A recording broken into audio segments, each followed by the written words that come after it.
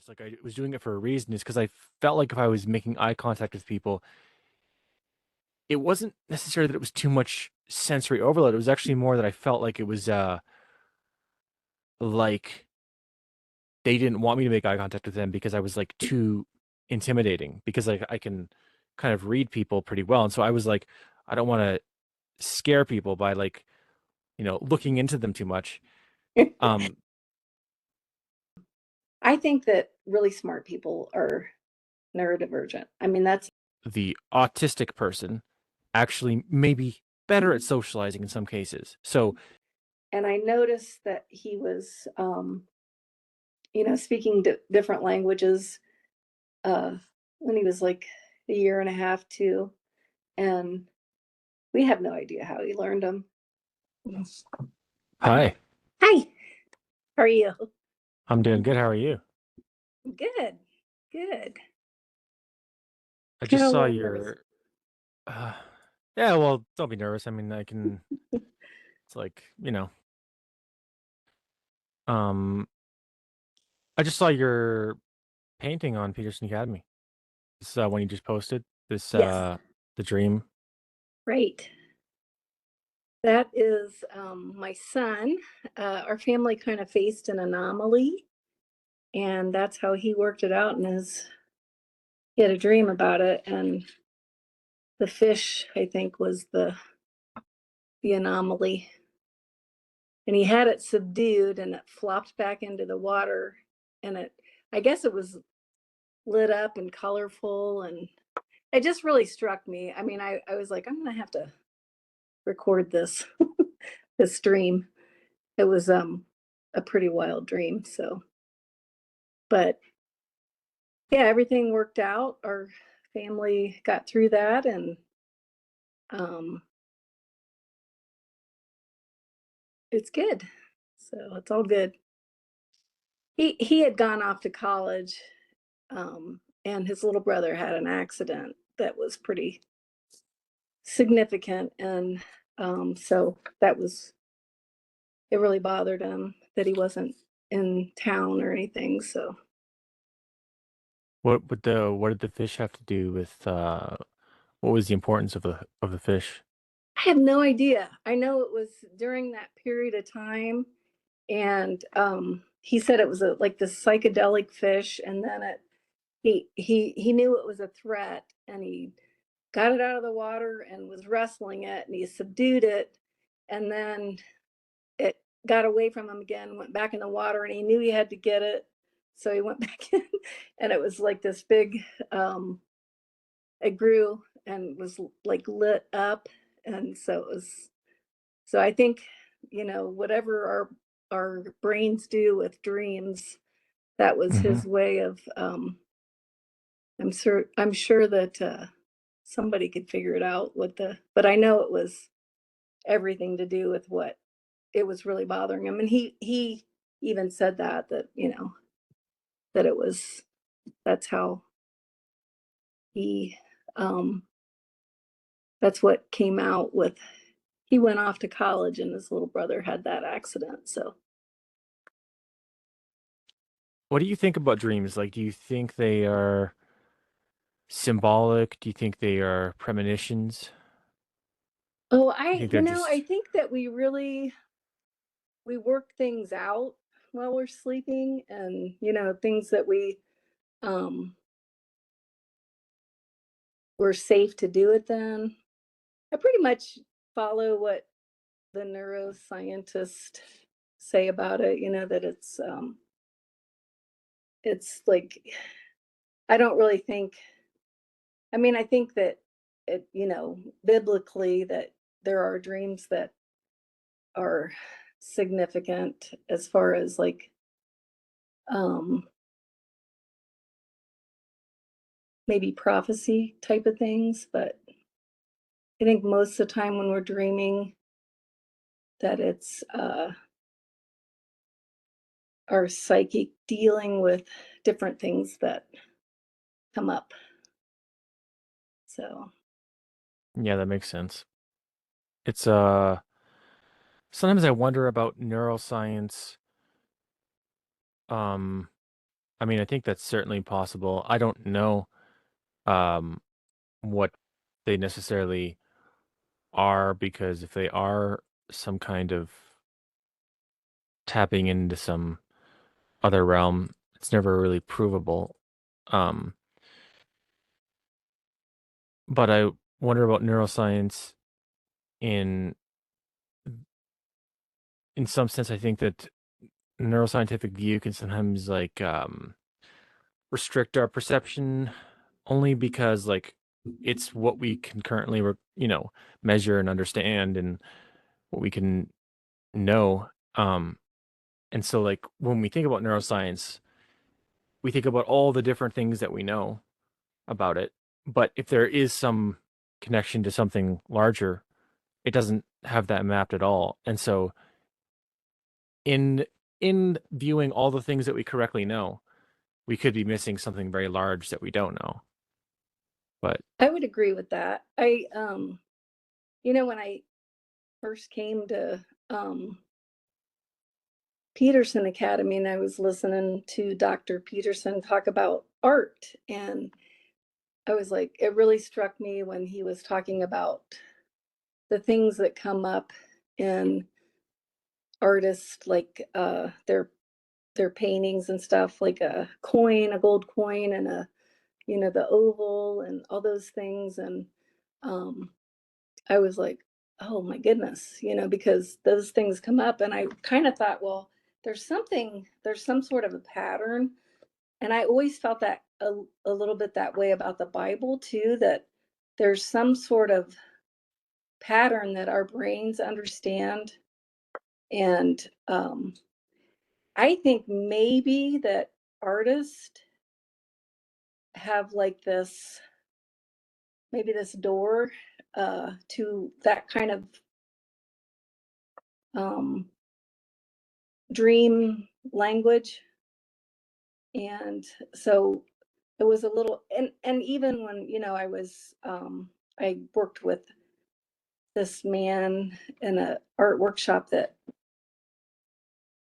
I'm not diagnosing him because I didn't really have any information like that, but he definitely was um, an outsider artist, and he followed all the, he did his art just like in these patterns. And I was like, so I kind of felt weird when I and Dr. Peterson was talking about that, because I was like, oh my goodness, that's kind of like my friend, that these things come up and there's a pattern that you can trace. Um, and I noticed with I think it's Michael Collins. He posted this one picture that I really liked at Christmas, this painting. And there was a kind of like a cave in it. And I recognized that cave as a pattern that I see in art. And so I was like, and I have um, even done that pattern. And I looked it up, and it was something with they likened it to a Catholic, like a I don't know. They have like inlaid caves with things that are statues and stuff like that. And I forget what it was called, but that's what they said that was. And I've seen it in a Bosch. Um, and when I was in high school, I was doing this picture, and it was a pencil drawing. And I was like, and my art teacher kept coming up to me, and she's like, have you ever seen uh this Bosch painting that was, and I hadn't studied art or anything, so had not. She came up like three times, and I was like, why does she keep asking me that? And then years later I saw it, and kept the drawing and stuff, and I saw the painting she was talking about, but she didn't even say it to me, but I recognized that. And I was like, whoa, that's weird that I would have that same pattern. And so that really struck me when Dr. Peterson was talking about the patterns that, yeah. What do you think the correct way to interact with those symbols are? Because I feel that like really powerful symbols, maybe you can go astray if you try to, mm, if you think you know what the symbols are and you write from them, or maybe that is the correct way to do it. Um, or is it better to like go from your intuition and allow the symbols to emerge organically? They just come out, and and I don't draw conclusions with them. I was kind of surprised with Dr. Peterson's conclusions. I feel like there's some sort of a pattern that has to do with um, visual dream stuff that I think there's something there, because it's weird that that all artists, so you take a you know a flat surface, and you arrange it this certain way, and it seems like that this pattern gets repeated. So I don't really do the symbolism stuff and conclusions like that, because um, they kind of tie me up with, I don't, because I do a lot of Bible studies and study scripture and stuff. So I think with that, I see patterns and I match them up and all that, but I don't um, conclude like symbolism. I don't do that. Hmm, interesting. Um, Now I want to shift to what you like. You messaged me, sort of outlining some like topics that you were interested in going into. Um, so yeah, I think neurodivergence is one of the things you were interested in talking about. Sure. Um, and also like, yeah, what were the I I I see the message here. But like, what were the kind of like overview topics you wanted to hit on, or that you were just kind of like interested and thought maybe salient? I think we were going to talk about savants, and I think we were going to talk about my experiences with autism, and then maybe we were going to go into, if we have time or whatever, to talk about, um, well, my grandson. I think he might be at a savant. Um, and what else? Just Joshua 10:10 through 14. We were going to maybe think about letting the sun, let the sun stand still over Gibeon and the moon over the valley of Alajon. I don't know how to pronounce it, but just uh, that particular scripture of, is there any possibility that that could be literal? Is time linear? Is is it a neurological thing that happened? What are the possibilities? Yeah, okay. So starting then at the first thing you said, what is your opinion about savantism, if that's a word? It's my opinion is that it is pretty cool. I mean, I think God makes us fearfully and wonderfully. And with we were talking about Kim Peek, and how he'd been like the uh kind of like the inspiration for Rain Man. and he had his corpus, how do you pronounce that? Callosum? Callosum, I think. Corpus Callosum? callosum. Callosum? It was split. He had the FG syndrome, but they thought that he was, it was missing. And they thought that he was autistic, but then now they think he had FG syndrome, which is basically a natural born split brain that doesn't work well together.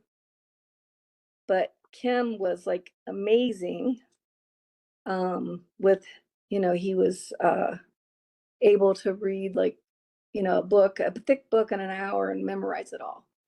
And I think they counted like maybe 12,000 books that he had read, and he knew everything about them. And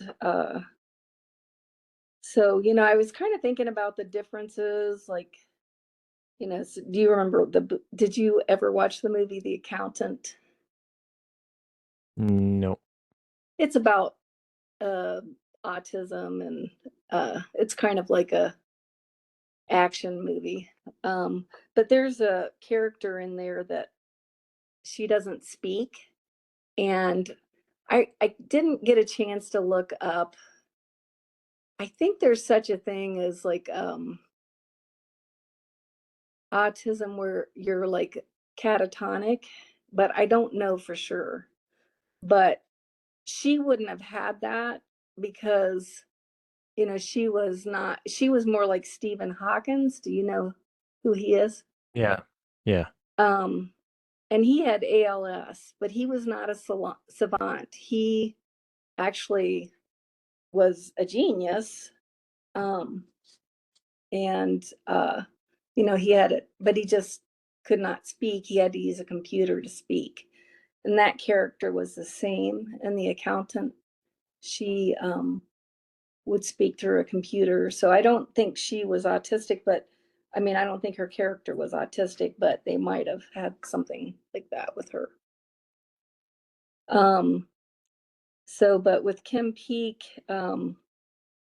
he had 98% memory. Like he would read something and he could remember 98% of it. And um, it's like really rare to be a savant, 1 in a million people. And they say that there's only 25 to 30 savants living at present. Um, and they have a splinter skill. Like they may be disabled or significant cognitive and physical impairment. Um, but they have this one area or skill that they're just like off the map with, like with music or art or mathematics. They can do anything in that. And with I think with Kim Peek, because he was, he was so amazing with his memory and stuff that he was considered a genius in like history and different things like that, where they um you know he was a mega savant is what they call him, because he had this wider area, more than just a splinter. Because but yet he probably, he couldn't live alone, he couldn't tie a shoe probably. um you know I'm not sure exactly what, but I know he was very disabled too. And that's what a savant is, because you have this extreme difference of, you might have one area that you really shine in. And so What do you think is the underlying difference? I think in a conversation we had, sort of like a lot of things that they would clump under autism, for example, end up being these other things like FG syndrome. Um, so In savantism in general, do you think it's a large range of things, uh, and or what do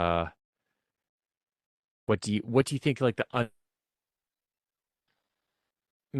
or maybe a underlying thing, if there's many different types, is like what really makes somebody so amazing in one area and then generally socially less um, normal?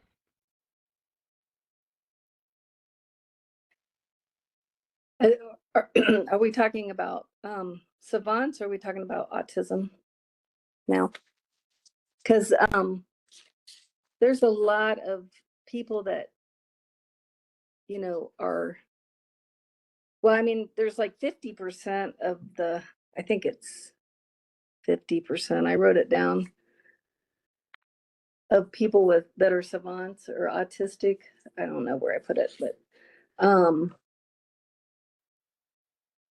with autism, I think that the reason why there's so many more diagnoses is a couple things. I think that they didn't really consider that women and girls, because they have this communication link that, that guys don't, as far as they talk sooner. They talk more and sooner, which you don't want to say that these days, because it's not a good thing to say, because women don't want to be, that's just not, I don't know. But that's really what it is that, I mean, that's one of the things that's put the numbers up, is because they show different. They have this thing where they're showing that that they can communicate, and it's a link that's different than for the boys that have it. The other thing, I think, my daughter and I've talked about it, we think that there's a lot of um babies that are surviving that maybe wouldn't have survived 10 years ago, 20 years ago. And tiny little 1 pound babies. And um, both of my grandsons had issues at birth, and, they both survived. And, um, I think it's genetic too, but uh, I think all those factors are coming into it. And also, they're just kind of like throwing everything. And I mean, when I was growing up, we didn't know what autism, I mean, we didn't, I had probably rarely heard that word, so we didn't really know that word. Now, my brother was diagnosed with ADHD 55 years ago. And I know that I had that, but I didn't. So I have ADHD, which is autism and ADHD. But I didn't really understand that I had autism too till maybe just like a year ago or so. And I did go and get evaluated, and they're like, yeah, you have autism level 1. And I was like, okay. But so I do think that it's genetic too with that. And with my grandson, I think the one that is pretty severe, I think that it's also had to do with that his um, umbilical cord was coming out and cut off his oxygen and stuff. So, um, and he had like a traumatic birth. And then the other one that has not got diagnosed with autism, but we're pretty sure he has it. He had eye drops, which is actually blisters on your brain. He had, probably his mom had a virus, which is my daughter, and then he mirrored what she was doing. And then they had a really late term um, ultrasound, which they normally would not have done. But they happened to go to a doctor that had this cool machine and stuff, and they saw the high drops, and course, the girl that was doing the ultrasound, she started crying because she was pregnant too, and she's it was pretty awful time. But he survived. He had two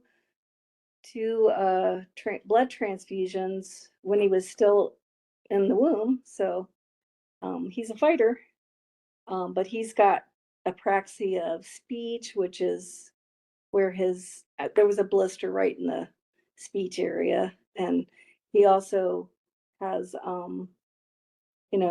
his motor skills. He's got things like that that are swallowing and things like that. So, but I think that you know the kids, they're surviving, and they haven't quite caught up with the things that happen, like brain bleeds and different things like that.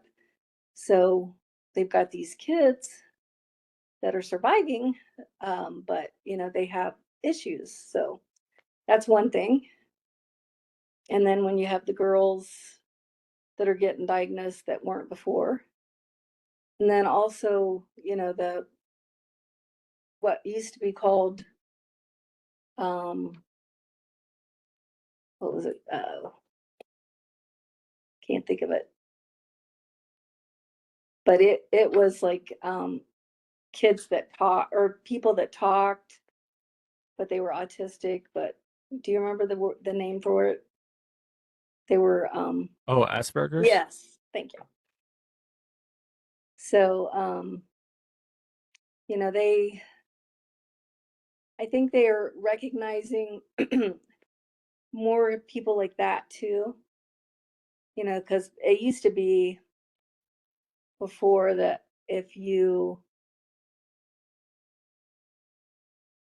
um had if you weren't a talker, if you weren't talking by the time you were 3 and things like that, like Temple Grandin, you've heard of her, right?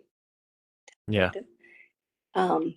And you were a female, then they would diagnose you. She said she didn't talk till she was 3 and stuff. But if you had that, if you were able to talk, then they didn't slot you there.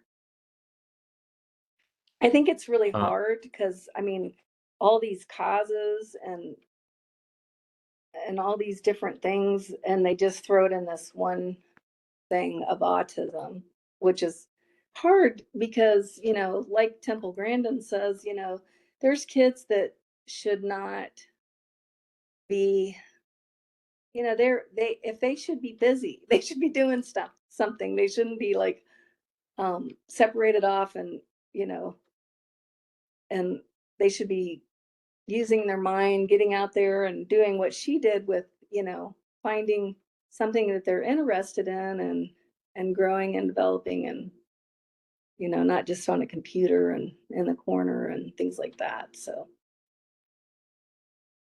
that's hard. That's hard to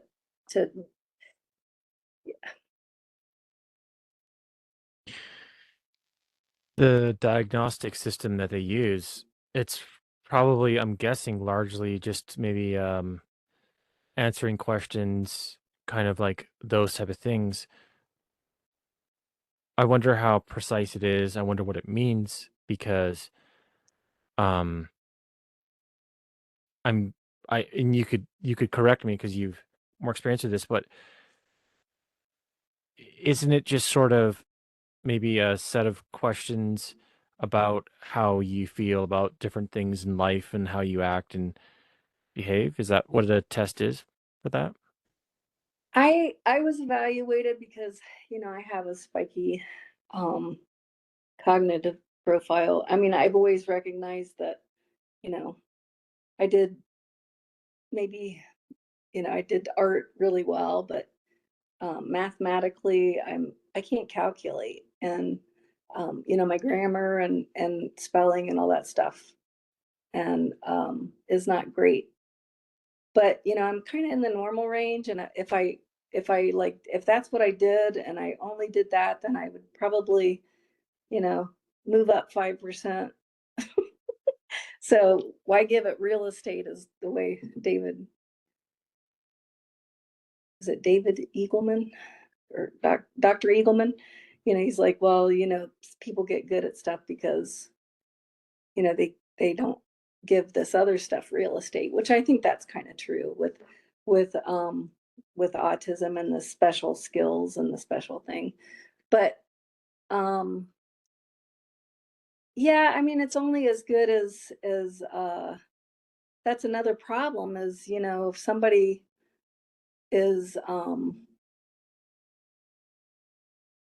if they want a diagnosis, it's just like, you know, a mental or um a mental illness and stuff. I mean, you can display that or do whatever you want. If you want to have that diagnosis, you can get it.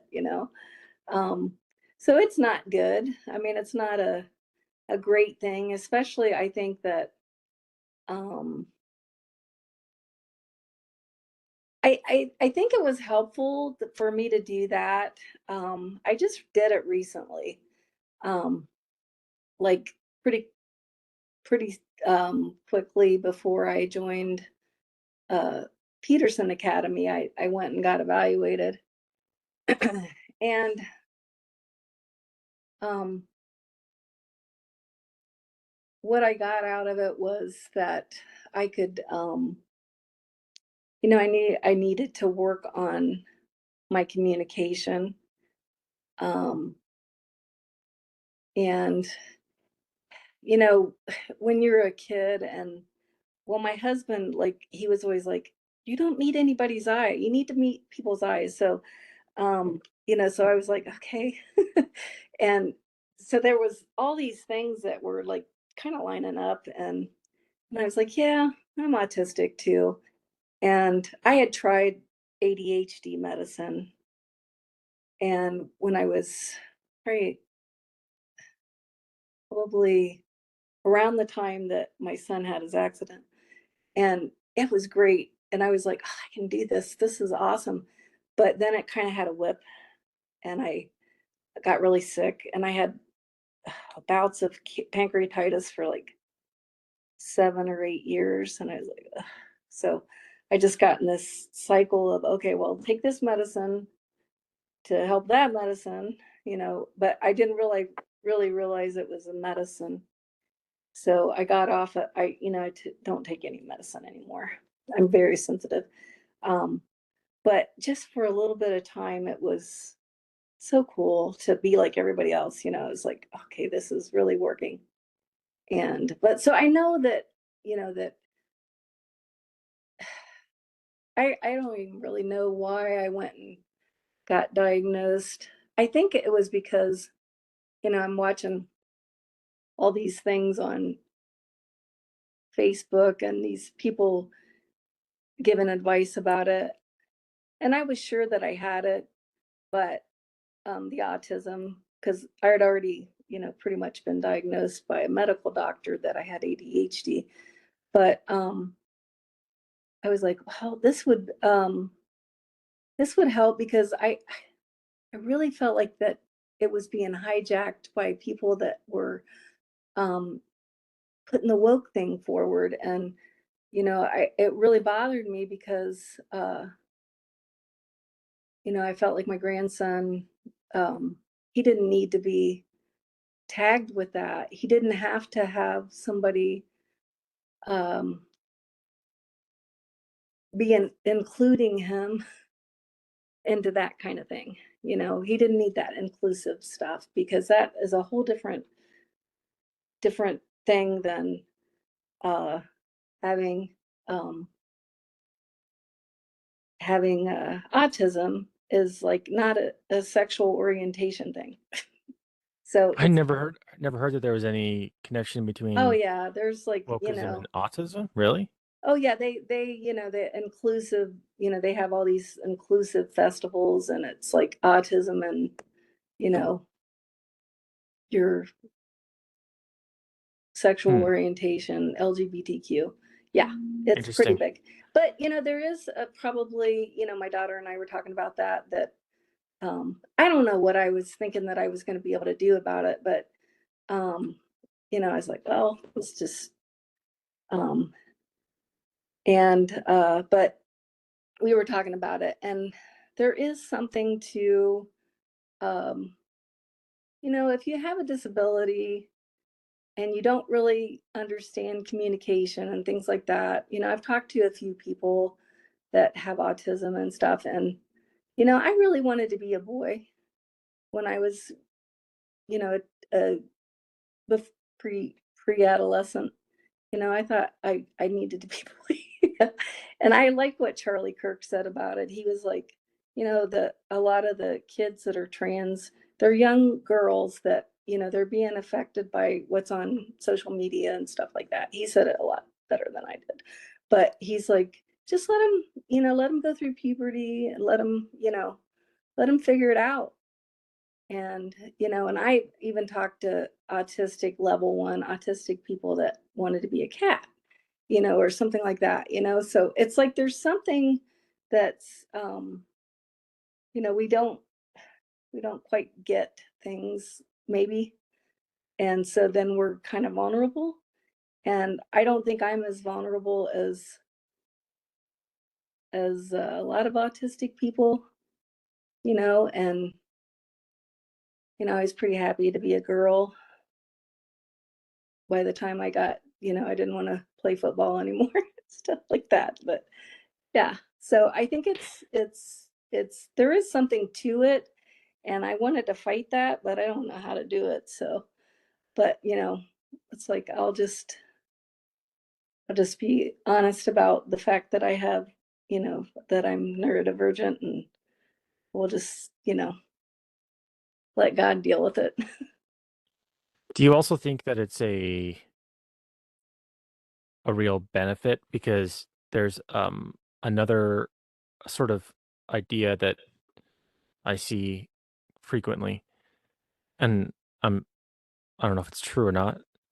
It's probably partially true, at the very least, that autism is a sort of superpower in some way. It's sort of a um some like it's neurodivergent, so it's not like everybody else, but there's also like tremendous benefits. Do you also feel that that's true at all?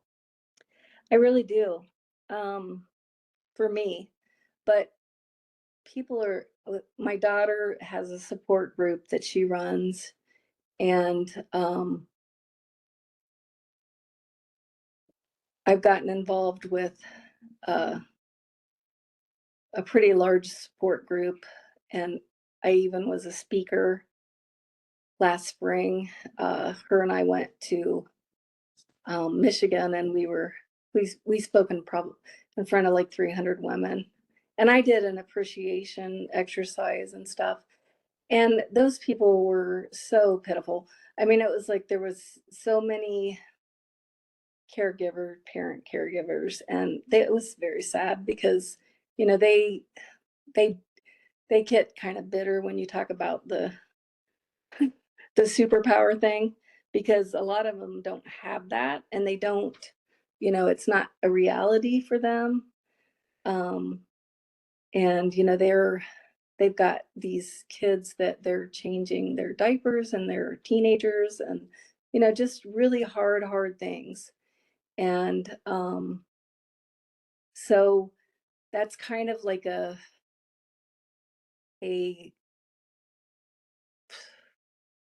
something that is not well received in the autistic communities, because they have real hardships, and they don't want somebody like saying that when that's not their reality. And I don't blame them.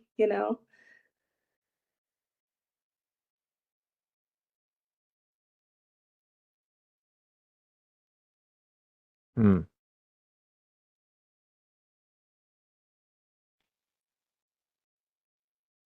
What then is your experience? Because you say you think you have autism and you're also diagnosed, but what uh what do you think is different with the way you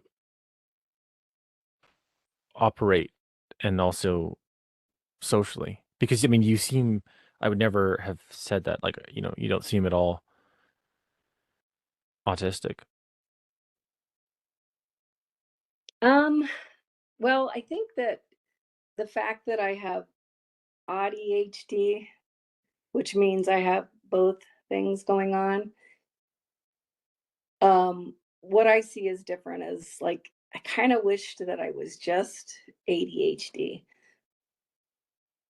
or maybe just autistic, one or the other, because I don't display and if I was just ADHD, I mean, I think that it would be really cool because, I would like being around, big crowds and stimulated and, like now I go to the grocery store and I wear earplugs and um, and I'm really sensitive to like clothing and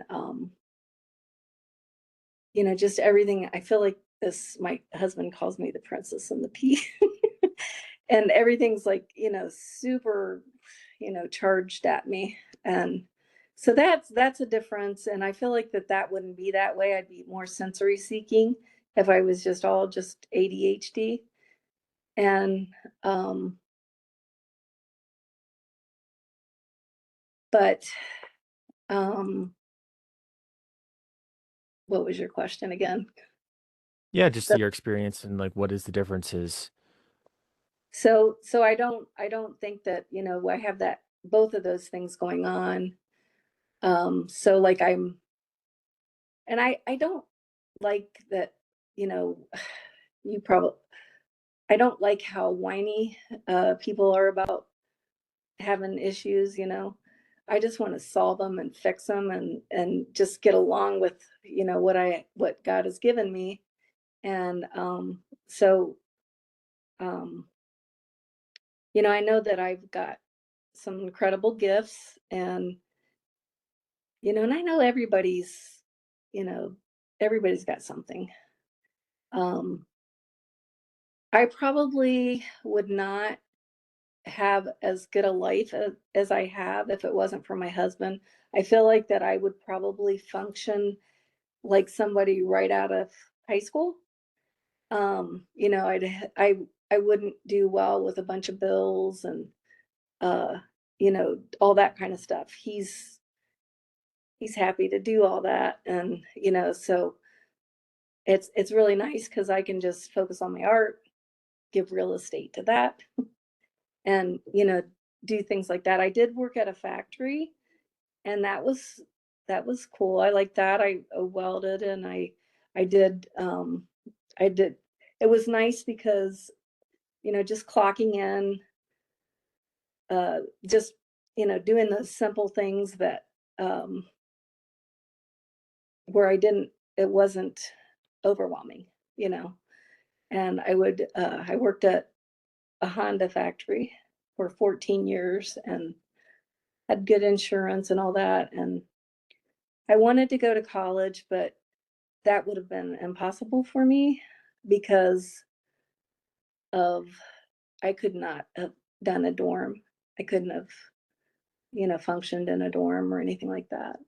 So I mean, there's just weird things. I know it doesn't seem like that I have any limitations, but uh, I they call they call things like masking, and I suppose that I did that a lot, where you don't acknowledge that you have a need or something like that. Um, we I had two boys that were on football teams and my daughter and um, everybody was over and it's like you just got to deal with it. And so it's been a good life. It's just and I don't want to be whiny about stuff, but I do have some things that make me different. Do you find that because you said you're just interested in kind of understanding it so that you know better what to do, you know, solutions and stuff. Do you find that you go from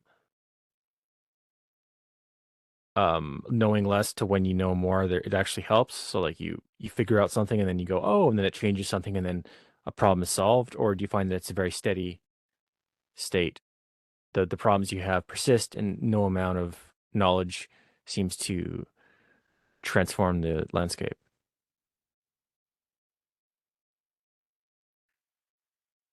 Well, I really do better if I have context. Like if, if I'm answering on a post, um, it's a lot of times it's way better for me if I wait until everybody said something so that I can figure out where, because I don't process things like everybody else does. So I'm also um, I well, I have two things that are difficult I mean, two downward spikes, I guess would be, it's like my working memory and my cognitive something. But it's kind of like I don't have a table to lay things out on. Um, cognitive function. And my grandson has the cognitive function thing. So, but like what it is like I don't. I mean, things. When I go to pick up, if I'm doing a math problem or something, and I go to calculate or something, it's gone. Things don't stay out on the table for me to work with. So that's a problem. And I also lose my train of thought, like when I'm in a conversation or something like that. So that's a problem. But uh, you don't really need to, I mean, you make friends and your friends, they get used to you and they fill in the words for you and things like that. So I don't necessarily view these things as like problems. And I mean, I'm not trying to undercut the understanding of what autism is, but you know, if there's a post and you're saying, you feel like you want to get context before posting, I don't view that like there's some negative thing. I mean, that sounds potentially like you have a range of interpretation where the what they're saying, they might think it's very, this is something I noticed with groups, cliques in community and then outsiders is that people sometimes learn a way of talking. They like kind of learn how to operate and they say things that if you're in that community, it makes sense. But if you're outside that community, you're like, I need more context. So I sometimes see this on Peterson Academy where people will say things and they say something which really doesn't make sense to anybody else. And everybody's like, "What are you saying?" And they're like, "Oh, I just meant this." It's because they're used to being in some kind of like community where a certain way of talking implies all this other stuff. Um, I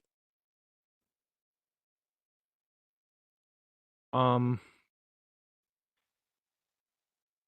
yeah, like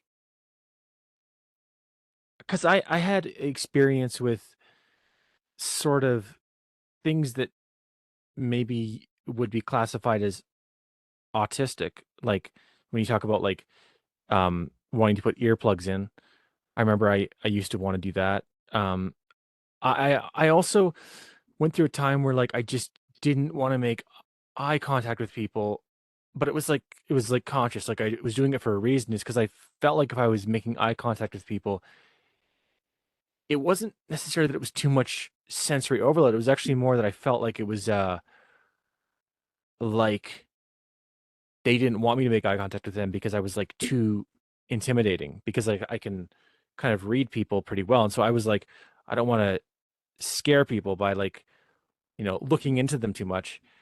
Um, and so like I had, maybe a series of things like this where maybe they'd be classified as autism. And it was through some maybe shadow integration that I actually don't have any of those type of symptoms. But that's why, like, when you talk about those symptoms, my reaction is more like these feel like um, not a worse way of viewing things, but just a different perspective, a different kind of way you're going. I think what I agree. I think that, there's kind of like a standard. I mean, I think we're human beings and we all have similar similar things, but I think with autism that it's like uh you know I'm a they call it, I mean, the things I've studied and stuff, it's like a bottom up thinker, where like a surface thinker, like a person that's neuro, and you may be neurodivergent, it's like, but a neurotypical person is, I think that really smart people are neurodivergent. I mean, that's not normal. But like, so when I when, like, I don't do small talk, I think of, I'm a bottom up thinker. I don't do surface talk. I mean, it's like I can, and I know that Dr. Peterson's like, learn to small talk. And I'm like, how do I do that? You know, because it's always like I'm like ready to plunge way in deep, and um but I mean, I just I do okay. And I understand what you're saying. Um and I think that, that it's just a different way of thinking, and you can blend in, and you can do take care of the things that you need to take care of, and make it so that you accommodate yourself. But there's people that are way worse than I am, and they can't, and they um they don't have the capacity to take care of themselves. Um I really didn't get a diagnosis to my kids were mad at me. My boys were they're like, my one son that told me to talk about this other thing, he's like, "Don't talk about autism." It's like, okay. But I did. So he's gonna listen to this too. Hi, Caden. But I I think that thinking about, the differences is like, I'm probably not that different acting. That people wouldn't say, oh, but then yet, you're not gonna see me run out and hang out with a group of people comfortably. Um, so my husband and I travel, it's really fun, but I cry a lot beforehand because I'm like, oh my gosh, I can't think of all the things that, I'm gonna need to do. And he's like my um fish bowl. So I'm really comfortable traveling with him. But and I like to travel, but it's always a really big deal for me. And we travel in groups, and he'll go up and hang out with the group, and I'll stay in my room. And so it's like just little differences that, and I'm comfortable with that, I'm just like at the point where I'm a little overwhelmed and I need to just have some quiet time, and you know, think and read or whatever I need to do. Well,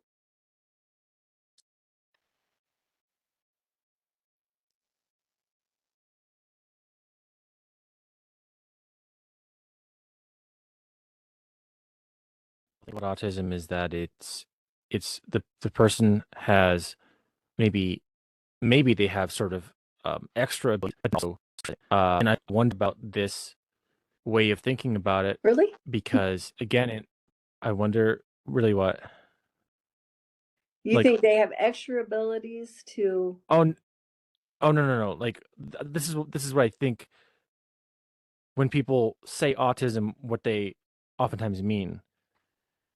I'm not saying this is the case. I'm just saying this, and I could be wrong, but I feel like this is a common understanding of it. I didn't follow you. I'm sorry. You were cutting out a little bit, so that's why I was. Oh, okay, okay. Okay, what I was saying is that like so the the standard way of like thinking about what autism is that the person is like maybe really talented in some area, maybe, right? Like you were Right. saying, some cases they are, sometimes they're not. And then also they're like somehow worse at socializing. That's what I think people will think about autism. Yes. So now that that definition, like when I'm talking about like sort of like you, where it's like, I wouldn't have even guessed that you were autistic at all unless you'd said something. So it's very, what would you say, high functioning or low in autism. Um, when it comes to that, um, I just don't necessarily think this is the most useful way to look at it because I feel like the autistic person actually may be better at socializing in some cases. So, um, like you say, like you're not interested in doing small talk, but additionally, so like, you go, the people are hanging out, they're all like, it's smooth, it's like working out, but also maybe they're not being as productive as they could be. Like maybe what makes you not interested in small talk and all this is just because it's maybe not the most functional way to exist. Maybe there's things like going under the surface more should be important. And so I feel like people like this definition of autism, like, okay, they're really smart, but when it comes to socializing, we got it handled. I don't like necessarily think that's true. I think that maybe some kind of integration is more important. Like, the people see the autistic person sort of like acting differently and they go like, yeah, they're just different, but like maybe they should, maybe there should be more give and take. The autistic person is correct in the way they're acting. Yes. I mean, I think that you can look at some of the people that are really successful and they're autistic. Um, but the thing that's different about me to compare me to just somebody that's just has the autistic characteristics is I have the ADHD characteristics too. So, and that's something that's new. I mean, they never really, I mean, that's why I didn't even consider it before that, that you have these two things that um, kind of look like opposites. So, um, socially, I think. And so ADHD is pretty new. And so I agree with you. That's why I kind of would have liked to have one or the other because, but not really, it's like, um, it's kind of nice. I think it would be kind of nice just to be typical, but then, I probably wouldn't be the artist that I am and things like that. So, I'm not gonna to whine about it, but I I don't know. I think that you if you have a special interest that other people value and you're autistic, then you're going to be more valued.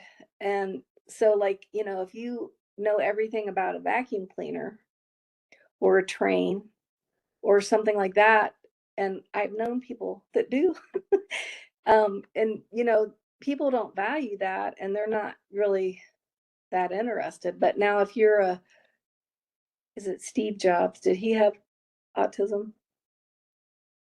I don't know. But if you're a computer guru and you're autistic and or Elon Musk or somebody like that, and um, you your special interest is amazing and everybody wants that, then it's a different life, you know, it's something that's different. Um, so I mean, I agree with you, but I think that, um, you know, and you know, my sons, they were not happy with me getting a diagnosis, um, you know, because, you know, come on, mom, don't do that. But you know, when I was writing, I wanted to be able to figure things out. And when I was writing and doing my art, and I thought, well, if I'm going to do a biography, you know, I kind of need to know why I can't do math, and you know what is going on, and why do I know I have ADHD, but you know, why am I not in that category? And you know, so then I was like, I saw this paper on both, and I was like, you know, and I was like, okay, that's me. And so um you know, I don't know what I'm going to do with it. I mean, it's not like I'm looking to do anything with it, except to gain knowledge about myself and figure out the areas that I want to work on and how to get there. You know, it's like, okay, so well, this is, you know, this is something that I can do for myself, and not feel guilty, and you know, and it is kind of make you a little. Okay, so my mother-in-law, when when we were I was first married, she was like, Leah, you're a pink monkey in a world full of brown ones. You need to learn how to cover yourself with mud, because you know you get picked on when you're a pink monkey. And um, you know, so I guess that would be masking. She was a genius, and so you know, she knew to not be pink. But so I guess that, you know, that's just something that you learn to do. But I think loving yourself and appreciating, and I need to know what class you were talking about, the integration of Shadow integration. yeah. What class is that in? That's Carl Jung. That's no Okay. class on Peterson Academy yet. That maybe shows up a bit in Maps and Meaning, Jordan Peterson's courses, and maybe personality and transformations, but there's no class on Pearson Academy about that. Do you know like what shadow integration is? No. Shadow integration, so there's this idea Jung has that people have a shadow. It's all the parts of themselves that they don't necessarily really like or that are hidden to them, or like you think about like what a shadow is, sort of things which are really not understood, and maybe they have a negative quality because they're not understood. They're like difficult to Mhm. deal with. And so then integration of the shadow is coming together with those things, because what people generally do actually is they don't integrate their shadow, they block it off. So, you know, when you talk about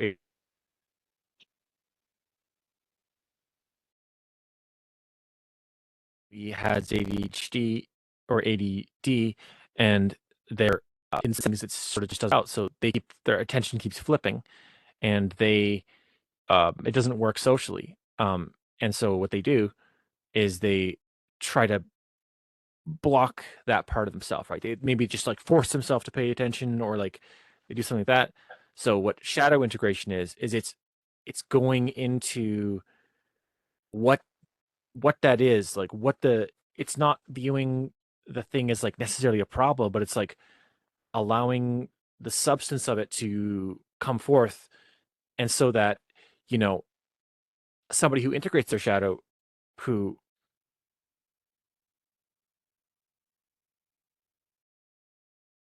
they maybe, instead of blocking that, they come to realize, well, why does my attention flip? Why are these other things are suddenly more interesting?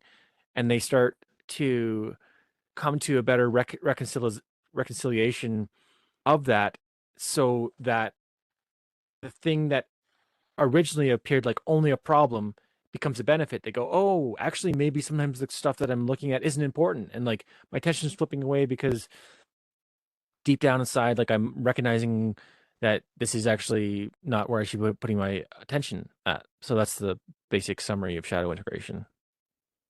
That sounds like why I went and got a diagnosis. Yeah. So that's cool. What book is that in? Or is it just you look up Carl Jung and That's going to be Carl Jung. I mean, the maybe let me think. Maybe there's one that's maybe archetypes in the collective unconscious. I mean, it's Jung. I don't we can know. figure it out later. You can Yeah, send it, you can message me. yeah,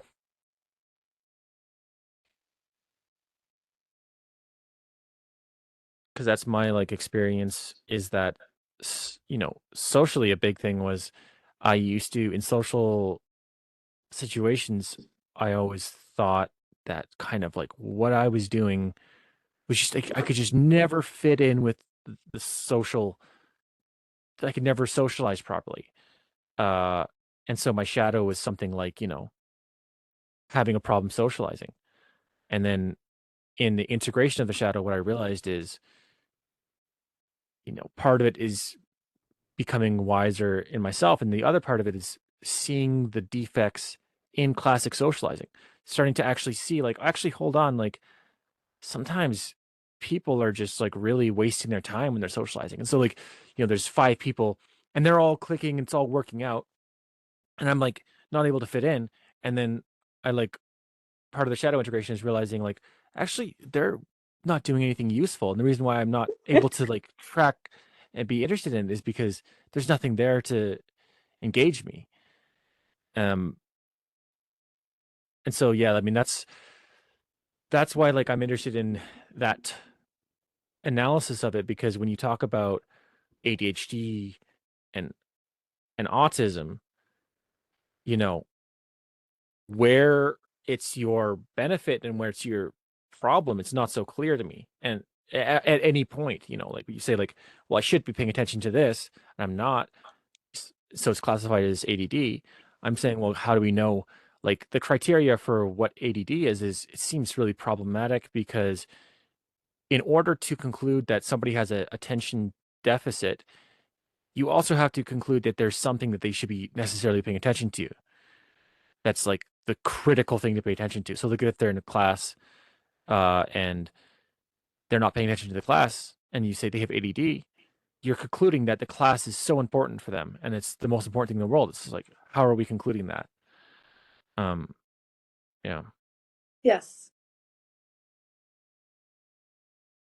Yes, I would I'll have to get that book, or I'll have to look into that. But yeah, that sounds reasonable. I mean, it's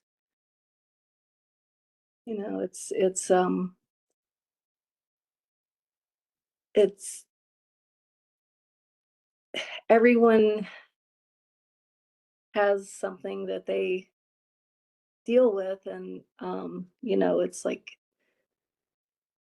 I think I've dealt pretty well with things. It's like I have a family, I have a good life, and I think that, protecting my grandson and not letting, this just knowing yourself and knowing um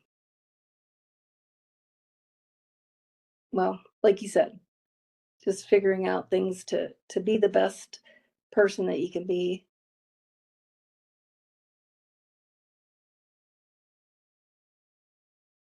yeah. And we can also circle back in on this topic because it's quite interesting to me. Um, but it feels like there's a slight pause in the conversation, so I thought we can also jump to the topic you were mentioning about the verse in Joshua about time standing still. Sure. Um, so Yeah, what are your remind me thoughts to about get that? back to my grandson, and I'll tell you Oh a no, little. you could go into that right now. I thought you maybe didn't have anything Well, I immediately that mean, you I thought don't of. know. Does anybody even care about autism? I don't know. It's like there's a comedian that was talking about how about we do non-aware awareness, because the autism awareness, everything's awareness, and it's like people just, I think there's this sorting of relevance that, is it relevant to anybody else and do they care? Because you don't want to force people to have something be relevant to them when you know they're, I mean, it's just like, so we can get back to him and do the Josh thing, and maybe that'll Joshua 10, and maybe that will like break it up a little bit. Sure. Okay. I think comes to the interest of things though, I think that two things are true. One, there's a, when you're making a video like this and posting it,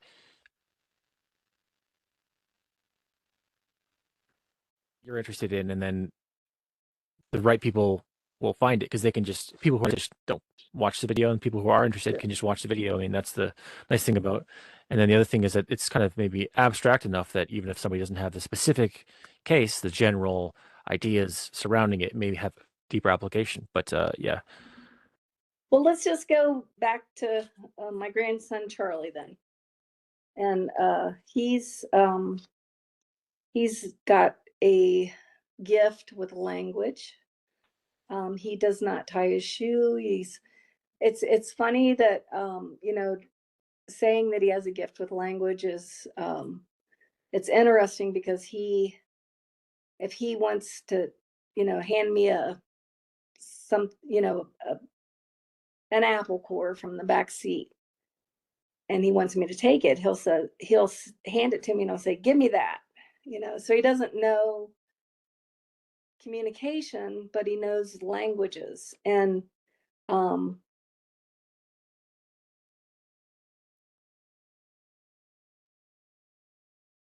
we were yesterday, my daughter and I were talking. Well, he's just like got an incredible memory too. Like, he knows everything about if he reads a book, then he can tell you what page. If you ask him, um, say like, what's chapter 3? What's the, what's in chapter 3? And he'll tell you, even, if it's a long time since he read the book or anything. Um, and he'll tell you what page things are on and stuff like that. Um, but he's very disabled as far as, if you were to uh he can't, if he were to, he would be a vegetable on an IQ test. That's what my daughter's like, he tests like a vegetable. And because he doesn't know, I mean, like, he can do math. They don't, if they ask him a math question, he'll answer it. He'll calculate it in his mind and answer it, but he won't show how he got the answer. He'll have the right answer, but he won't show how or he doesn't do that. hmm And like, I remember when he was real tiny, I helped my son-in-law and my daughter out with the kids and stuff, and I try to help as much as I can, and taking him to therapies and things like that. And I took him to speech therapy, and this was before he was diagnosed. And he was diagnosed at 3, so he's probably about 2. And they were working with him on food. And the speech therapist is like, okay, so they were working on hot dogs and French fries and stuff that typical kids eat. And he wouldn't say anything. So he didn't say a word the whole time. And the speech therapist she's like, well, he wouldn't talk and he doesn't know this. And so we walked out, and I'm walking out with him, and there's this, probably a Better Homes and Garden magazine, and he doesn't he does he did doesn't point, and he still doesn't point, but he looked over at it and he's like, eggplant. And I'm like, what? You're going to know what an eggplant is, but you're not going to tell her that you know what a hot dog is. But that's the way things are with Charlie. He does not perform. He does not, if you ask him something, he won't say it. But he just knew so many things. Like, he was completely fascinated with mushrooms when he was little, and he knew every mushroom. And I don't know if he has relevance with that, if he still knows all that, but he has an incredible memory. I tried to ask him about mushrooms the other day, and he was like, he just smiled at me and he said, happy mushroom face. And it was just it was some sort of mushroom. And he was like, to him, he saw he loves mushrooms. And like, we went to this bounce house and there was this mushroom, and he was like 2. And he was like so amazed because it had this mushroom, this rubber mushroom in the middle of it. And it was the mushroom that's red with white spots. And little 2-year-old Charlie was like, fly agari. And I was like, what? He knew exactly what it was. And it was like it was Mickey Mouse or something. It was so incredible to him. It was really cute. But he has another time, I'm trying to remember the things that he's done with me. As like, I had gotten this,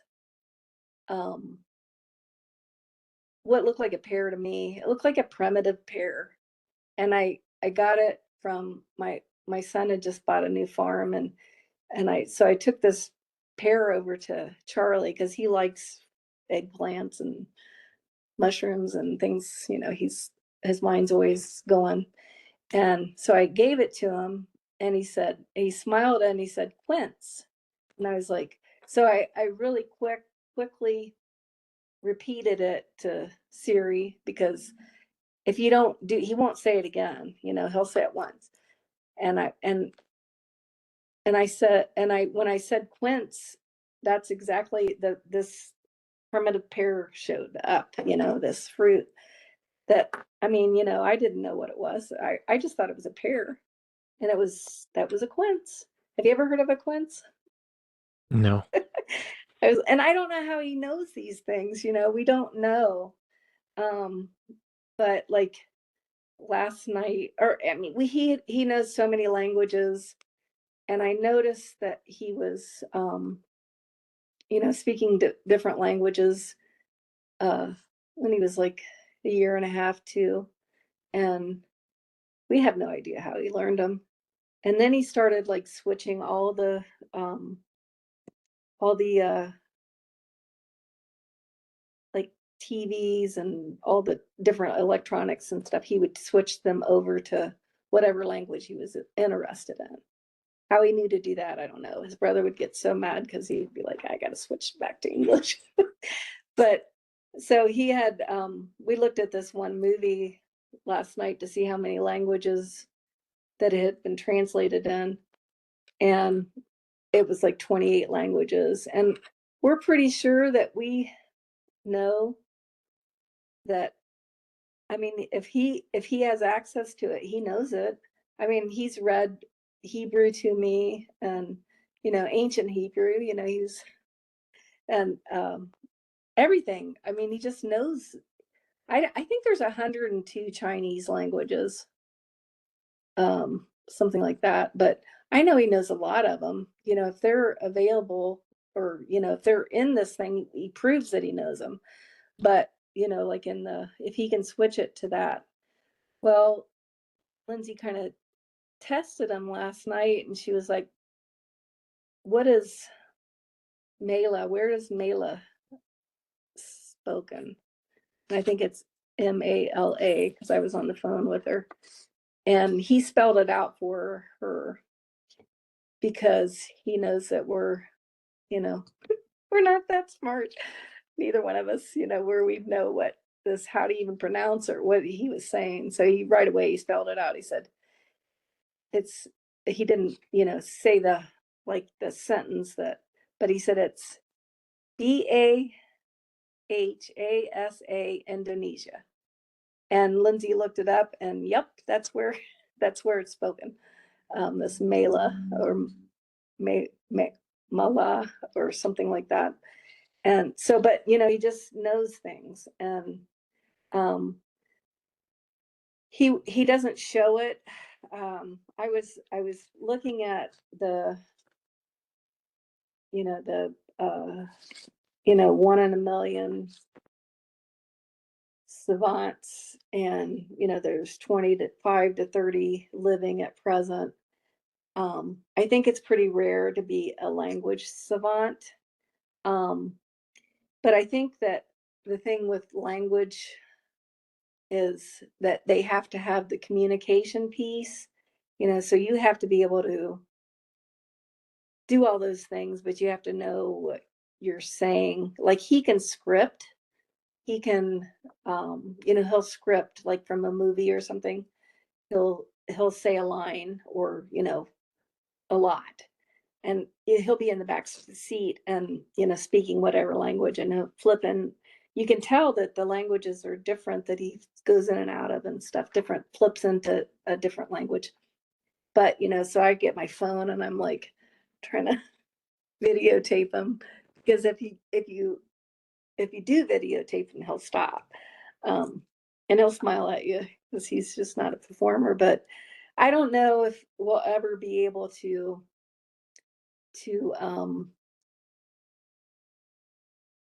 if he ever gets that communication piece, then we'll know how much he knows, really.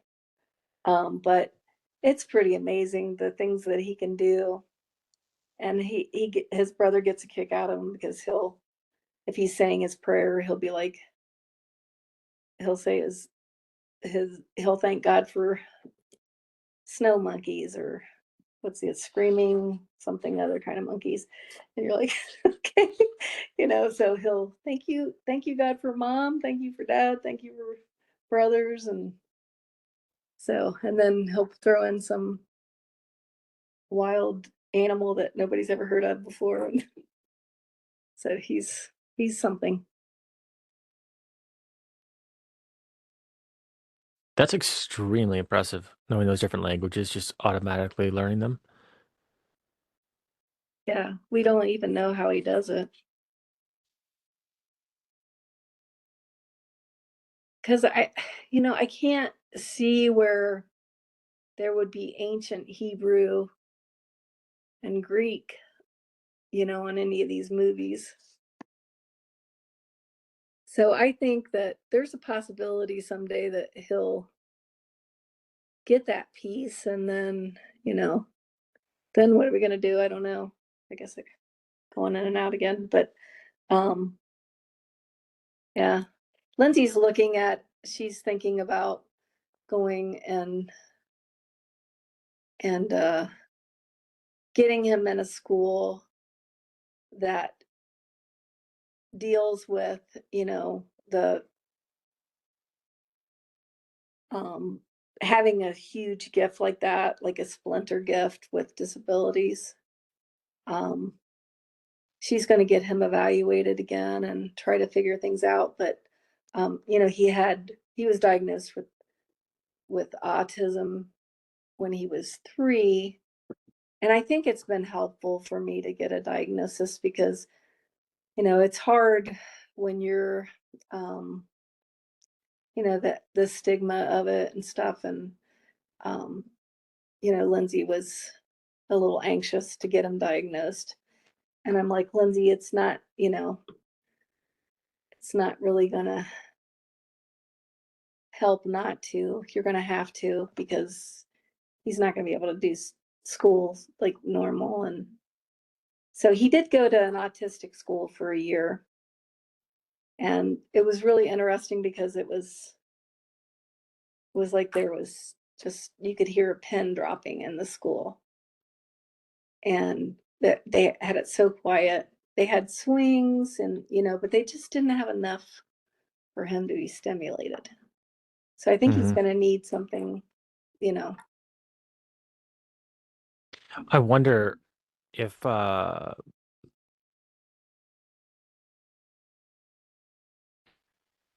I'm like thinking about this in a way that you wouldn't normally think about this in a academic psychological setting. I wonder if there is a analysis of this where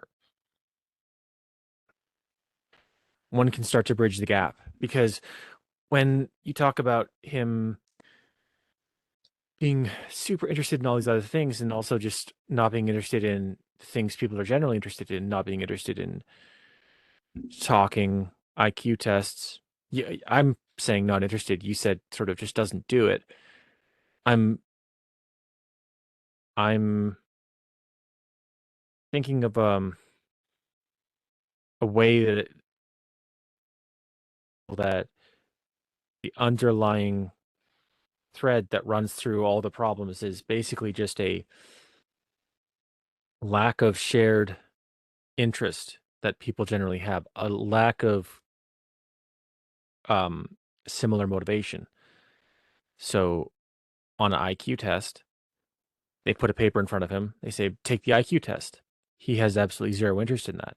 It might not be that, and I don't know this is actual situation, which is why I'm talking about it. But it might not be that he lacks the ability to do it. He just lacks any interest at all in engaging in it.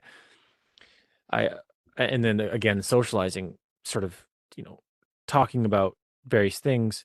He has all this ability to understand language, doesn't doesn't talk in the way people generally do. Could it be that there's a thread of motivation that runs through people's psychology, and that neurotypical people um, have this shared thread of meaning, of motivation, where in a situation, the context is displayed in a way where the same things are kind of important. Um, you know, if you ask a regular person to take a test, it's they're going to at least interface with that possibility, because it's like they care more about what other people say. So, is it possible that on some deep level, he in people what they're saying, or doesn't even know the starting point for why that could be interesting? I could see, uh, you know, s- a model of a mind, um, where you construct it, and a mind is abstractly layered with sort of a tree of knowledge, where there's base motivations, and then as you move up, everything kind of tracks back into that. So, if somebody's motivated to do something, if somebody has like a target that they're going for, everything else kind of comes into alignment with that. So, a person maybe is motivated to be um to fit in socially. So then they have all these things that they sort of align to that. They sort of they pay attention to other people, what they're doing, what they're thinking, to try to track other people's psychology. If if that like starting point of like caring, think, and what they do isn't there, you could have everything else in the be entirely functional, but yet it, like the butterfly effect, that starting point just would put the person way far away, to where you, and this is just a hypothesis, entirely a hypothesis, just thinking out loud, but like, you know all the problems could be arising simply from an a inability to have a shared goal, shared interest, a way to interface with it. Is that possible, or is that really just There's something missing. There's something missing for him. It's like he's got all these gifts and skills, but then there's something missing with communication. And so, it's like is he brain damaged? Is this a yeah, I don't know. It's like that's the problem with autism is like they don't know what causes it. And they don't really know that much about the brain. Um and uh I think that he's a very loving kid and he's but as far as like um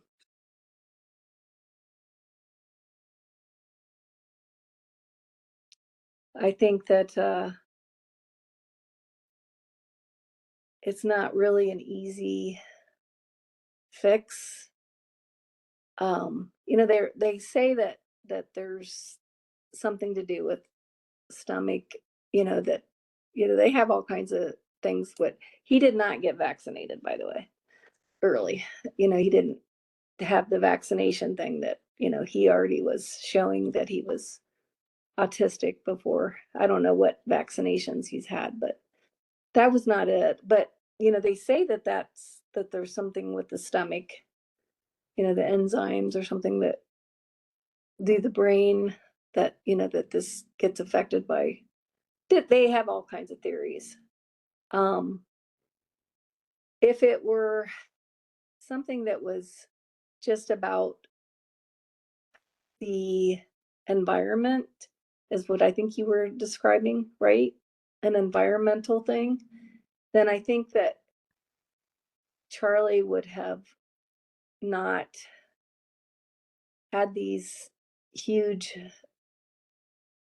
you know he can't a savant is not going to be affected by the environment. It's like that's and somebody that's horribly disabled, where they have to have Charlie will probably have to live in a home if uh he won't be able to live by himself. We don't, we're pretty sure that that's never going to happen, but there's a chance that he might be able to communicate better than what he does. So I don't think that environmentally that there would have been anything that would have made a difference. uh Physically, if maybe if he hadn't had a traumatic birth, um maybe that would have helped. But I don't know. I don't know the the reason for it. But I do know that it's not something that's easily fixed. I don't think that they ever really, well, like with Temple Grandin, she had a lot of success as she was able to verbalize and got into something that she was interested in. And so, she ended up being who would have thought that somebody that was autistic would be a inspirational speaker? That's pretty cool. Um, Hopefully something cool like that will happen for Charlie, but I don't think it's so maybe that's what you're saying, that environmentally, if you can plug that into whatever they're interested in, which I think that's what Lindsay's trying to do, is she is trying to get him into a school that he um that they actually seek out what they're, and meet them where they are, so instead of trying to bring them up to the level of what you want them to do. So hopefully we'll have success. Is that what you meant? Well, I wasn't meaning to say that it was like an easy fix or anything like that. I was more just trying to Figure out. think about what an underlying difference is, because it's remarkable when you see, somebody with so much intelligence but then disconnected. Um Temple Grandin, did, did she work on a understanding of autism that it was like um that autistic people don't abstract as much? I think I think she had, she I think there was like 3 or 4 different spatial she had gifts in spatial. There's different things that people are gifted in, and I lost my train of thought. Tell me what your question was again about Trump Temple Grandin, if she had, I thought she had a understanding of what autism was, and I thought that understanding was that autistic people are less good at abstraction. So they see the thing in itself, not the abstract concept. When they see this is the theory, right? That if they see a hammer, they don't see a subset of tool. They see a distinct object, you know, eh, where its shape is unlike any other tool, so it doesn't relate to tools. Um, like, do you know what abstract means? yeah, in Because art some people, anyway. yeah, oh, in art, yeah. Um, Abstract, but like there's always a confusion. There's commonly a confusion with the definition of abstract, where people, because of abstract art, think abstract means sort of like undefined and kind of like psychedelic almost. But like the definition of abstract I'm using is that it's the thing you draw out from a set of things. If you have a hammer, a tape measure, and a saw, you can abstract that they're all tools. It's like a lifting up and out. Um, so that's the only Jordan Peterson said this is where I heard it. He said that this was what she had said. Um, and it's the only underlying principle in relation to autism that I was aware of. Is this idea that they're just less they do less abstraction. I'll have to think about that because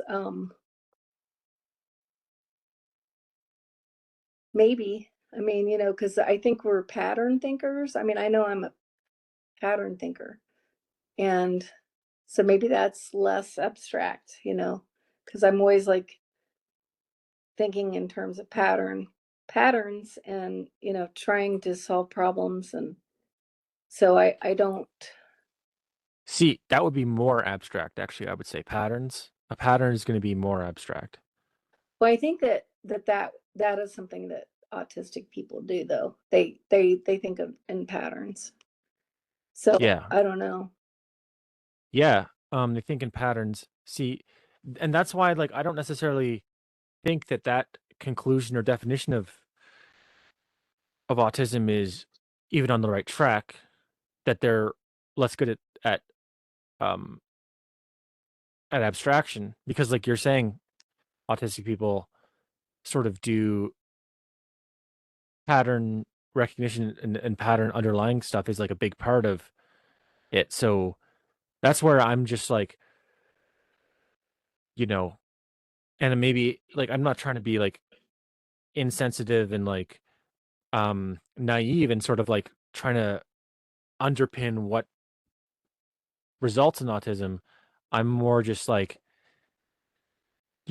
when there's a problem, I see that going towards understanding it, trying to like reframe it, is like a productive thing to do with the thing, even if you can't necessarily get there. So that's why I'm like thinking about a model where you can maybe explain all the features of autism simply by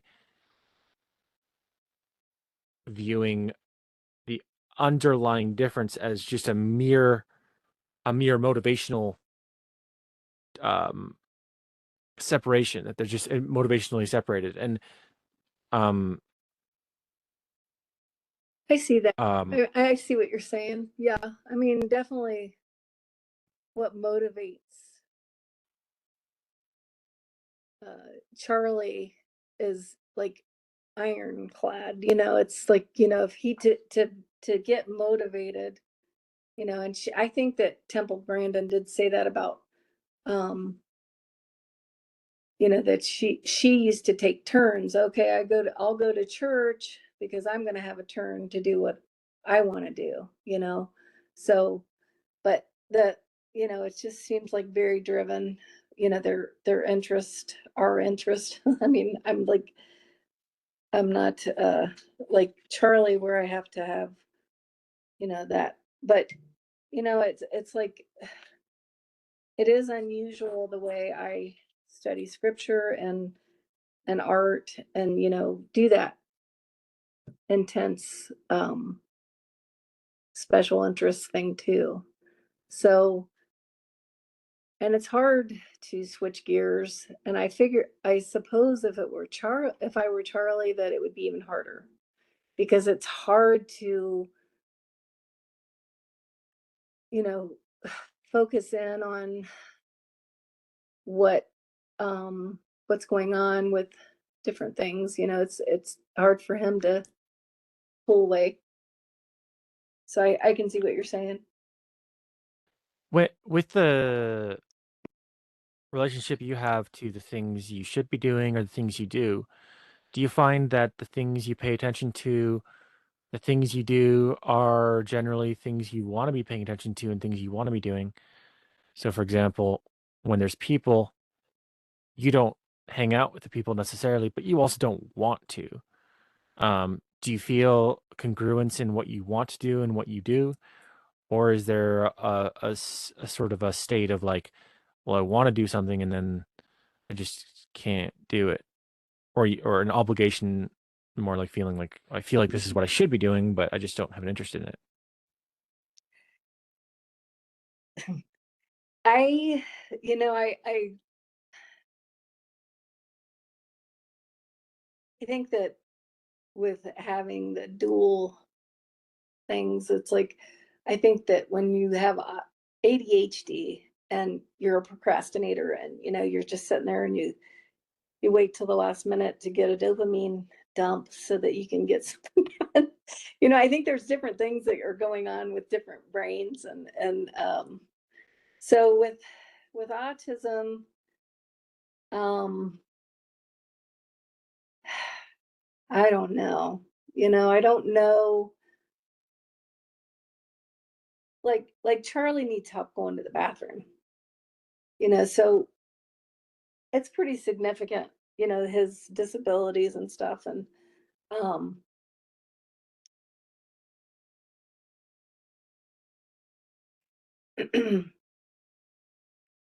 so I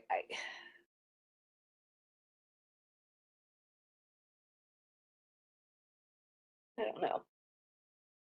That's a hard thing to think about and to figure out as far as um, and I suppose that if it was easy that it would be figured out, but um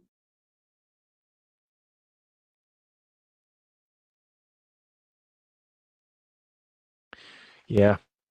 Um, well, hmm. Yeah, you have any more thoughts about it in general? Just yeah, I was thinking that I should like what Charlie, back to his language skills. He was I remember one time he was speaking some language, and I was like, what language is that, Charlie? And he's like, Icelandic. And I'm like, I never even heard of Icelandic. I know I have now, but it was like, okay. And so he'll tell you what languages he's speaking, and he can make it up. I mean, how if without knowing, the things that I mean, he wouldn't just say something that he didn't know. It was pretty amazing though. But that was funny that I had that written down, that I wanted to tell you that was one of the languages that he's told me that he was speaking. Um, but in general, as far as everything goes, it's like we'll just see how things work out. It'd be awesome if he did get that piece. I don't think we're gonna know if he's a savant or not unless he does get that piece, because with the communication thing, we're with his gift, it's not like he can just, go up to a microphone and sing or something like that. It's just, that Mhm. communication thing will have to show. Um, he has to find that link. Um, but it's just that'll be something that we'll figure out and find out. I'm looking forward to um him having more of a specialized school and stuff someday. He's in elementary school now, so but I don't look for it to go great for him to go to a middle school like with typical kids and typical brained kids, and probably be pretty hard. Yeah, I guess like my the way I look at it, like what leads me to saying the things I do and like trying to understand and dive into it that way is maybe part of it is that like I feel like I relate to that to some degree where like when I was young, I would get lost in music, piano, and in a way that's non-typical. So I would like improvise and just sort of play piano on my own. Um, and then later I found, and yeah, I had more difficulty, as it would classically be thought of, sort of hanging out with other people. And then later I found that kind of connection where I no longer felt I have difficulty hanging out with other people. And so like that's I guess what motivates me is like I'm just even in um cases where it's very, very difficult and the person actually has difficulty in their day-to-day life, um, which is nothing that I've ever experienced. Um, so I have sympathy for that and understanding that it's something out of my understanding, but I just still have this intuition to try to like understand and solve because in integration, that's what, I've seen to some degree that sort of like those things that seem insurmountable, then there's like solutions. Yes, I agree. And I'm happy that I'm happy that I got diagnosed. I'm happy to have the tools to go forward and to, because it was important to me with the writing and with my art. Um, if I was going to be publishing and stuff, that I wanted to get some things squared away as far as, even just being a public, if you publish, then you got to be public. So it's like, oh no. But it's like those things I just wanted to deal with, and I'm excited for Charlie to get things figured out too. And you know we have a purpose, and God is good. It's he's a good God. So, and um I think that there's a lot of people that are maybe neurodivergent, but that doesn't mean that they're freaks. I sometimes feel a little bit like a freak, but you know, but it doesn't, that's just a feeling. And you know, so being not typical is typically brained is, it's not that big a deal and it's not that devastating, and and sometimes it's cool. So it's like there's people that have to deal with a lot, but you know that's that's something that I was on my heart too. Lindsay does the support group, and I try to help her as much as she can, as much as I can, so she can do that. um and I've done a lot of different kind of things like that over my lifetime too. So, but right now it's important for me to help with my grandkids, and I have other grandkids too. So, um that's kind of my focus. uh she has a Spanish interpreter in her support group, that it's a family support group that she tried to like do something with the kids and then have speakers come and talk to the adults. But when you have a kid that's autistic, and it's hard to just release them to strangers, and or just even, so they have this little place that they go to, it's it's kind of like a museum exploratorium, and they open it up, and the disability, some sort of a nonprofit thing has bought this place, so they open it up and they do that once a month and stuff, and it's pretty cool. But it's something that's on my heart to not judge at people, and to just,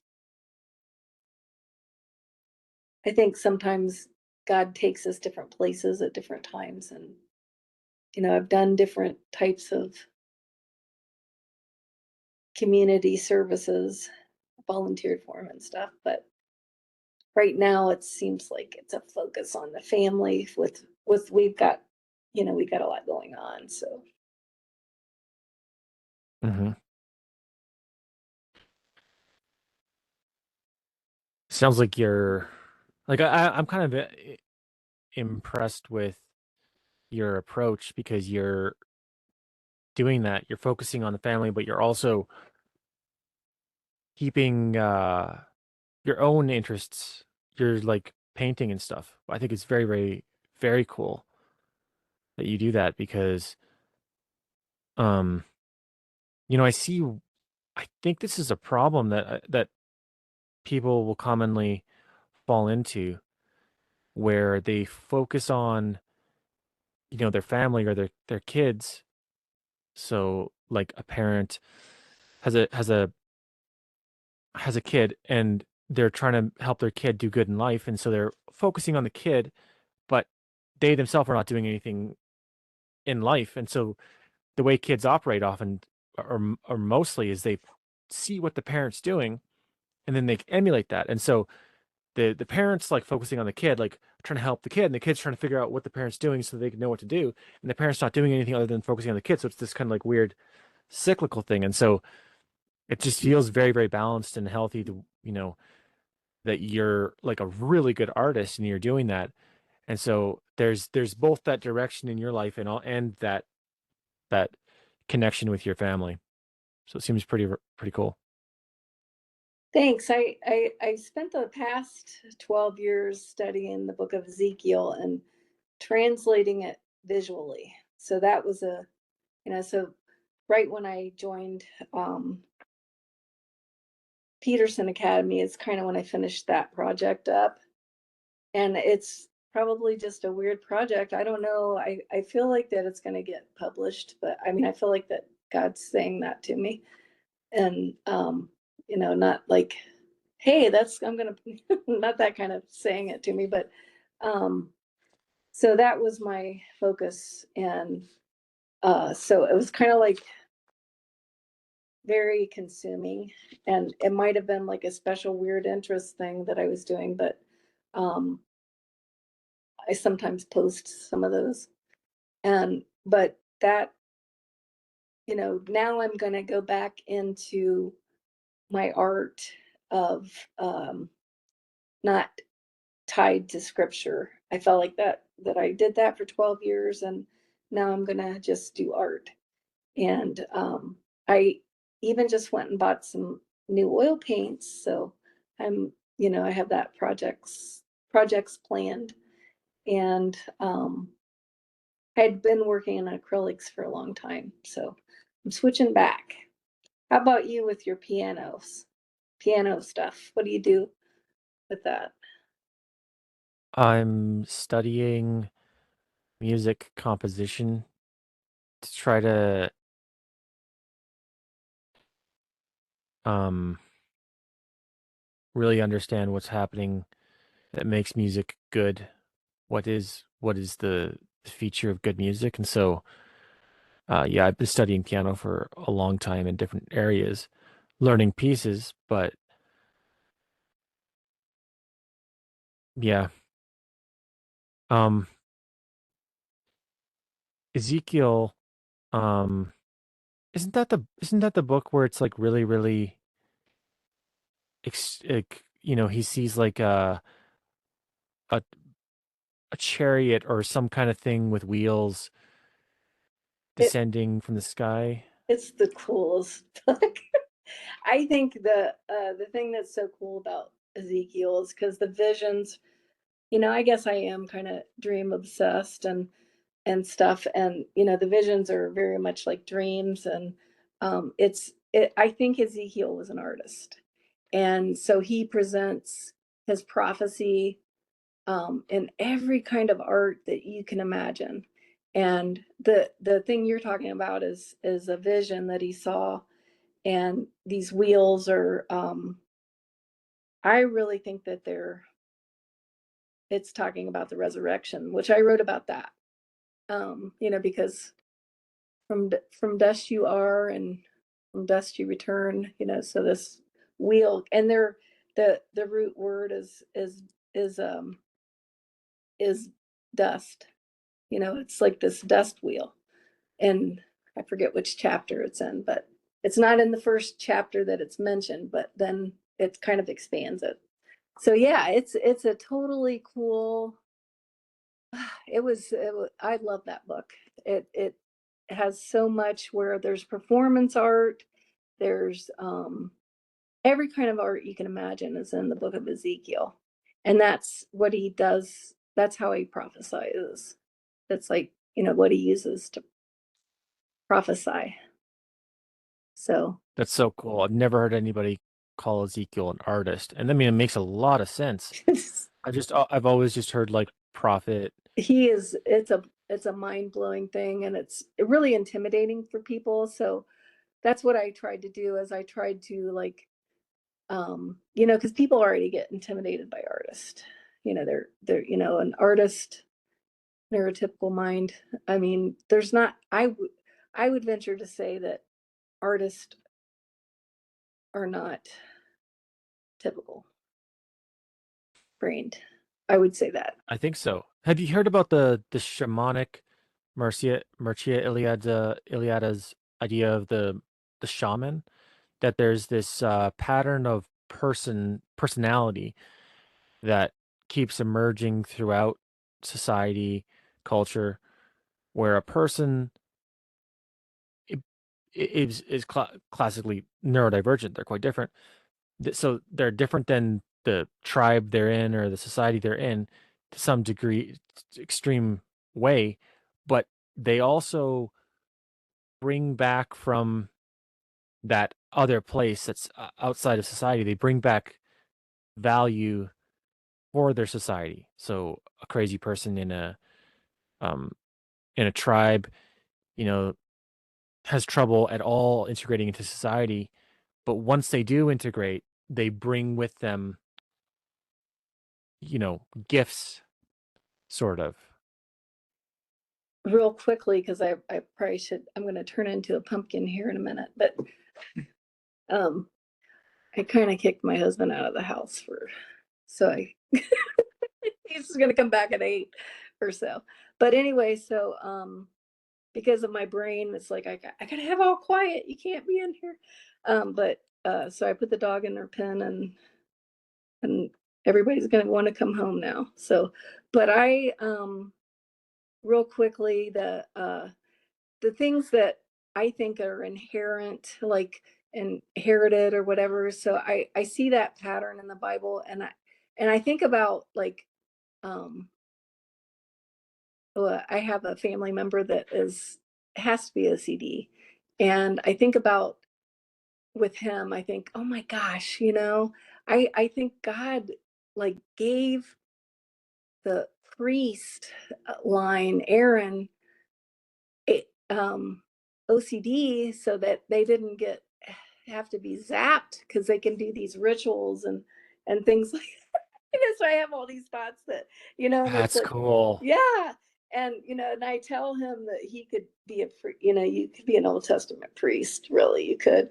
And I think about me with my ADHD. Thank God that, he didn't make me an Old Testament priest, so because the impulsive and the all that stuff. So, but yeah, I think these are gifts, and I'll have to look into that shamanic, the Iliad shamanic thing. But yeah, I think that is definitely something that can be traced. And people think of them as a uh, you know a huge problem and stuff, but there's a purpose. There's a purpose for survival, and Hmm. there's different things, and it's fun to do that in scripture. I see these patterns that I'm like click click click, and I just I love scripture. So I feel like there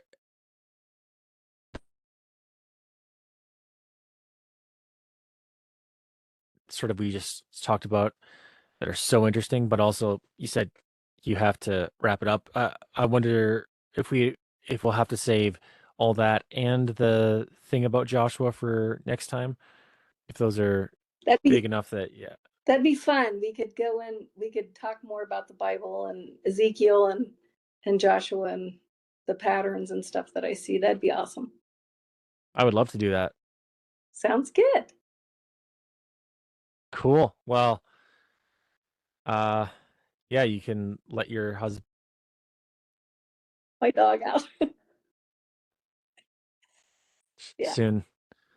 Um really fun talking, and yeah. Nice to Um meet you, Josh. anything else? Yeah. A- Anything else, or I mean, I'm sure we'll talk again, so Yeah. Uh, no, I just thanks for inviting me. Um, you know, I'm a little bit I'm an older student, so but I thank you for your invite, and I hope that my sons aren't too mad at me for talking about autism, but that's okay. I'll just let one of them see it, the other one I won't. all right. All right, take care. Sounds good. Yeah. It's great talking with you. All right. Bye.